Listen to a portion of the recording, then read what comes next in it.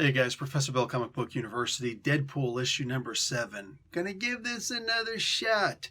It'll probably only last another issue. It's not my fault, alright? It's not my fault. It's nobody's fault. It is what it is. I'm gonna explain more on that in a heartbeat. First, we're going to give credit where credit's due. So we got Kelly Thompson on writing, pencils by Gerardo Sandoval, inks by Victor Nava and Gerardo Sandoval, color art by Chris Sotomayor, and VC's Joe Sabino does the letters. Cover arts by Chris Bacalo and Al Vey, as opposed to Oy Vey. I see what... Okay, I'm embarrassed. Selena Maliha and Carlos Lau do the logo and production designs, respectively. Rob Liefeld created Deadpool, and apparently also Fabian N. So there's that. Anyway, this was a pretty fun book. I'm just not a huge fan of Deadpool. It's a weird thing. Whatever. It's one of the reasons why when Fabian, how you pronounce his name, got so mad at me for mispronouncing his name, like. Dude, I mispronounced what has been voted upon in Reddit as the hardest name to pronounce in all of comic books, past and present. Oops. At least I actually named you. You know what I'm saying? Like, come on, dude. But literally, like, I care so little for Deadpool that I'm like, yeah, Liefeld, he created him, right? I guess he wrote him also. I don't know, and... I'm like, who's this Fabian guy yelling at me? Anyway, yeah, so okay, he's a co-creator of the character. I didn't know. So you got to understand that I'm just not really going to get that into the Deadpool comic books. I'm trying. It's an issue 7, and Marvel and most of the time DC also, they have the 6 issues is supposed to be every story arc because that's what'll fit comfortably into a trade paperback so that we can sell a trade paperback at a standard price. Yeah. Anyway, so we're starting at a new storyline. It's funny because it still feels like the same storyline. That's not a bad thing. That's a really good thing. I read the foreword in this, the preamble, to get an idea of what's been happening recently. Not a whole lot has been happening, or at least not as is explained. Now, I'm sure that there are plenty of things that happened in the pages of the previous... Did I only review the first 2 or 3 comic books of this? I don't remember. Anyway, I'm certain there were lots of things that did happen, but they were minute, however funny or applaudable or holy crap or whatever that they were.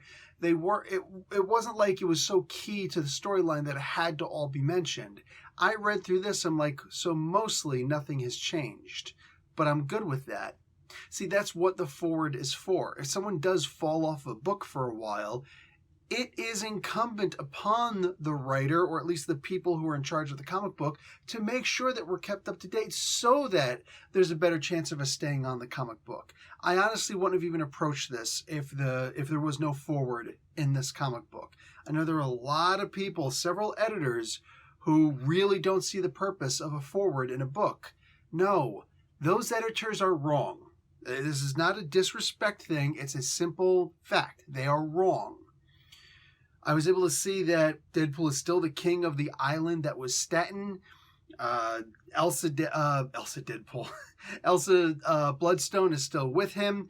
And Jeff the Landshark, who I just got that figure recently, along with the Shikla figure and one of the legs for the Strong Guy Build-A-Figure. Anyway, he's still with Deadpool also, and he bit his head. And I think that's just perfect. I mean, it was a fun moment. It was a good moment to just sit back and look at this and just... That's my little mother effer right there, man. I loves me some Jeff the Landshark. Moving on, it looks like there's going to be a bit of betrayal in this. Potentially. You know, it's funny. Elsa is not one of those characters who you can really trust, right? Like when push comes to shove, you know she's going to do what would otherwise be the right thing, but... How much does she value Deadpool? It's a weird sort of thing. If you kill a bee, you know what I'm saying? Like this bee is flying around and you kill the bee. Not just swat it because it'll come after you. Kill it because it's like, this thing is annoying me. I'm afraid it's going to sting me. It's better off dead so that, you know, it doesn't sting me. It's like, you could just move, bro. You can move. You can go away. There's all sorts of different things you could do to get the bee to stay away from you, you know? But instead, killing the bee because it's bothering you and you don't want it to potentially sting you. Think about that. Think about what that means. This thing's life is so insignificant to you that you figure it's better off dead than potentially hurting me. Wow. Imagine if there was a sociopath who thought the same exact thing that you do, but about you and with a gun, which kind of reminds me a lot of Deadpool, but in this case reminds me a lot of Elsa Bloodstone. One of the things I like about Elsa is that she does have a radically different personality than pretty much anybody else out there in the Marvel Universe. The closest to her would probably be Magic, Ilyana Rasputin, you know? So I love that Elsa is one of those characters, one of those females with a lot of dialogue in the wheelhouse of Kelly Thompson. You know, she uses these characters in such a freaking amazing way. It's amazing to see how she pulls this off. Patting on the back aside, I want to know what's going to happen in the next issue, which is good because, like I said, not a huge fan of Deadpool, and it's a struggle to want to read more of the character. But I do want to see what happens in the next issue. Even if I'm not going to review it for whatever reason. Maybe the issue just doesn't live up. I don't have anything to say, good or bad, about the issue, so what's the point of even talking about it? Sometimes no news is all the news that you need, right? But I am curious to see what happens next, review or no. So, I don't know. It is what it is. Am I going to stick with the book? Honestly, man, it's like a 1 in 10 chance that I actually stick with a Deadpool book. Any Deadpool book. It is interesting, however, that Kelly Thompson decided to use a Stephen King adversary in here. She chose to use the Tommy Knockers. I'm going to show you one of the pages. I got 2 of the pages inside of this comic book. Bang. Tell me these do not look like the freaking Tommy Knockers. I'm saying. There's nothing wrong with that. That's the Tommy Knockers. This was... I don't know what Kelly was watching. Maybe it wasn't even her. Maybe it was Sandoval. Maybe he's just watching old Stephen King movies and he's like, you know what I'd like to draw?